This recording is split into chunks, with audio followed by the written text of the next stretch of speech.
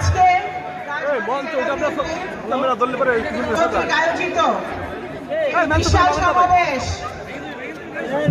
আমি শুনেছি সমাবেশের এখানে যা লোক আছে তার চেয়ে বেশি লোক বাইরে আছে।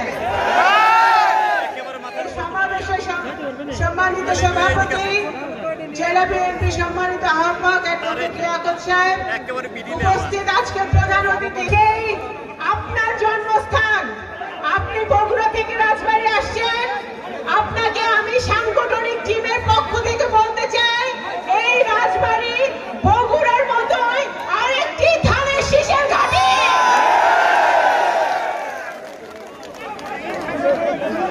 আমাদের সাংগঠনিক টিমের পক্ষ থেকে, রাজবাড়ী জেলা বিএনপির পক্ষ থেকে, সকলের পক্ষ থেকে আমি আপনাকে ধন্যবাদ জানাই। আপনি কষ্ট করে আজকে বগুড়া থেকে এসেছেন আমাদের মাঝে শরীক হওয়ার জন্য। অহংকার পতনের মূল, আমাদের সবার এটা মনে রাখা উচিত। সেটা সবচেয়ে বড় সাক্ষী হচ্ছে ওই শেখ হাসিনা। খোরম ভাই, আলী নেওয়াজ মোহাম্মদ খোরম এই রাজবাড়ির সন্তান, সাবেক এমপি আসলাম ভাই রাজবাড়ির সন্তান, আপনাদের সন্তান, জাতীয়তাবাদী দলের অন্যতম নেতা, উনি জনপ্রিয় আইনজীবী, উপস্থিত আমাদের সামনে সাবেক সাধারণ সম্পাদক হারুন ভাই,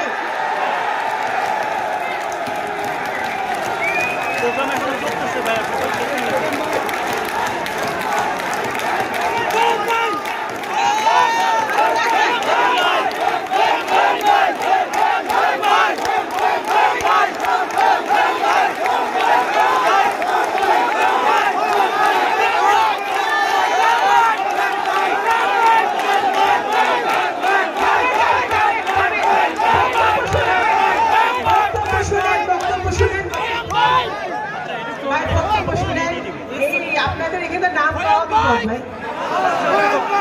বক্তব্য শুনেন। ডাইনে বায়ে যুগ্ম আহ্বায়ক বৃন্দ, সদস্য সচিব অ্যাডভোকেট কামরুল সহ ছাত্রদল, যুবদল, স্বেচ্ছাসেবক দল, কৃষক দল, শ্রমিক দল, মহিলা দল, তাঁতি দল, সব অঙ্গ সংগঠনের নেতৃবৃন্দ এবং আপামর জনতা, মিডিয়ার ভাই ও বোনেরা,